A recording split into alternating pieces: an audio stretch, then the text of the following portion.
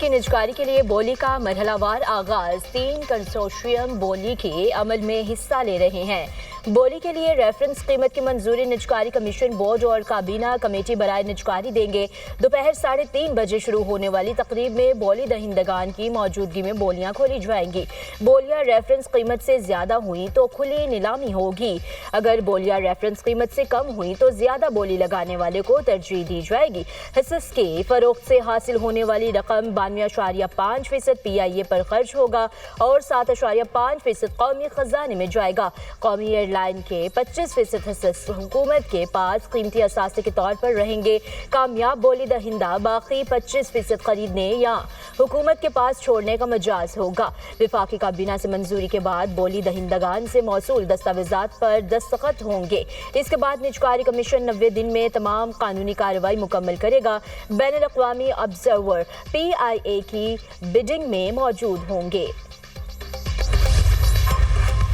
صدر ٹرمپ کی ایک بار پھر فیلڈ مارشل سید عاصم منیر اور وزیر اعظم شہباز شریف کی تعریف۔ پاک بھارت جنگ بندی کا بھی ذکر، کہا میں نے پاکستان اور بھارت میں ممکنہ ایٹمی جنگ سمیت دنیا میں 8 جنگیں رکوائی۔ پاک بھارت جنگ میں 8 طیارے گرائے گئے۔ پاکستان کے فیلڈ مارشل اور وزیر اعظم نے کہا ٹرمپ نے لاکھوں جانیں بچائیں۔ صدر ٹرمپ کا امریکی تاریخ کا سب سے بڑا طیارہ بردار بحری جہاز بنانے کا بھی اعلان۔ وزیر دفاع پیٹ ہیگسٹ اور نیول چیف کی ہمراہ گفتگو میں کہا نئے ٹرمپ کلاس بحری جہاز 100 گنا زیادہ طاقتور ہوں گے۔ ہماری آبدوزیں بھی دنیا میں سب سے جدید ہیں۔ چین یا روس آبدوزوں میں ہمارا مقابلہ نہیں کر سکتے۔ آبدوز سازی میں امریکہ کسی بھی ملک سے 15 سال آگے ہے۔ 15 جدید ترین آبدوزیں اور 3 نئے بحری جہاز تیاری کے مراحل میں ہیں۔ ہماری سرحدیں محفوظ اور معیشت مضبوط ہے۔ سمندر کے راستے منشیات کی سمگلنگ 96% کم ہو گئی۔ فیلڈ مارشل سید عاصم منیر سے انڈر 19 ایشیا کپ فاتح ٹیم کی ملاقات۔ ISPR کے مطابق فیلڈ مارشل کے کھلاڑیوں ٹیم مینجمنٹ کو ٹورنامنٹ جیتنے پر مبارکباد۔ فیلڈ مارشل نے ٹیم ورک، ڈسپلن اور جیت کے لیے جذبے کو سراہا۔ فیلڈ مارشل نے کہا پاکستان کے نوجوان قوم کے مستقبل کی بنیاد ہیں۔ فیلڈ مارشل کا نوجوان پاکستانیوں کو بااختیار بنانے کے لیے اپنے غیر متزلزل یقین کا اعادہ۔ انڈر 19 ٹیم کے کھلاڑیوں نے فیلڈ مارشل کی حوصلہ افزائی اور حمایت کا شکریہ ادا کیا۔ کھلاڑیوں نے کہا یہ اعزاز اور پذیرائی مزید حوصلہ اور تحریک کا باعث ہے۔ 172 رنز بنانے والے سمیر منہاس ہیرو قرار۔ وزیر اعظم کا ایشیا کپ جیتنے والی انڈر 19 کرکٹ ٹیم کے ہر کھلاڑی کے لیے 1 کروڑ انعام کا اعلان۔ ٹیم سٹاف کو 25 لاکھ روپے ملیں گے۔ وزیر اعظم کا کھلاڑیوں کے اعزاز میں استقبالیہ۔ چیئرمین PCB محسن نقوی کی بھی شرکت۔ شہباز شریف خود چل کر پلیئرز کے پاس گئے، سب سے ہاتھ ملایا۔ خطاب کرتے ہوئے کہا آپ نے دل جیت لیے، یہ بھارت کے خلاف بڑی فتح ہے۔ بھارت کے ساتھ جنگ میں بھی اللہ نے پاکستان کو فتح سے ہمکنار کیا تھا۔ امید ہے ورلڈ کپ بھی جیت کر لائیں گے۔ بنگلہ دیش اور بھارت کے درمیان کشیدگی میں اضافہ۔ بنگلہ دیش میں نئی دلی میں بنگلہ دیش ہائی کمیشن کی قونصلر اور ویزا خدمات معطل کر دی۔ سیکیورٹی خدشات کے پیش نظر تمام قونصلر ویزا خدمات تاحکم ثانی معطل کی گئی۔ ہائی کمیشن کی جانب سے نوٹس بورڈ پر جاری اعلامیہ میں کہا گیا ہے ناگزیر حالات کے باعث یہ خدمات عارضی طور پر بند کی جا رہی ہیں۔ بنگلہ دیشی میڈیا کا کہنا ہے یہ اقدام اس واقعے کے 2 دن بعد سامنے آیا ہے جب کچھ لوگوں نے نئی دلی میں بنگلہ دیش مشن کے باہر احتجاج کیا تھا۔ گزشتہ روز چٹاگانگ میں انڈین ویزا اپلیکیشن سینٹر نے بھی بھارتی اسسٹنٹ ہائی کمیشن کے اطراف سیکیورٹی صورتحال کے باعث اپنی سرگرمیاں معطل کر دی تھی۔ گزشتہ ہفتے ڈھاکہ اور چٹاگانگ میں بھی احتجاج کے دوران ویزا مراکز جزوی طور پر بند رہے۔ 2010 میں اسلام آباد طیارہ حادثے میں نقصانات کے لیے معاوضے کے سول کیسز پر فیصلہ۔ سیشن کورٹ نے نجی فضائی کمپنی کی تمام 8 اپیلیں خارج کر دی۔ فی اپیل 1 لاکھ روپے جرمانہ، مجموعی طور پر 80 لاکھ روپے فائن کیا گیا۔ نجی فضائی کمپنی کو 5 ارب 41 کروڑ 78 ہزار روپے کی رقم ادا کرنے کا حکم۔ عدالت نے متاثرین اور نجی فضائی کمپنی کی اپیلوں پر تحریری فیصلہ جاری کر دیا۔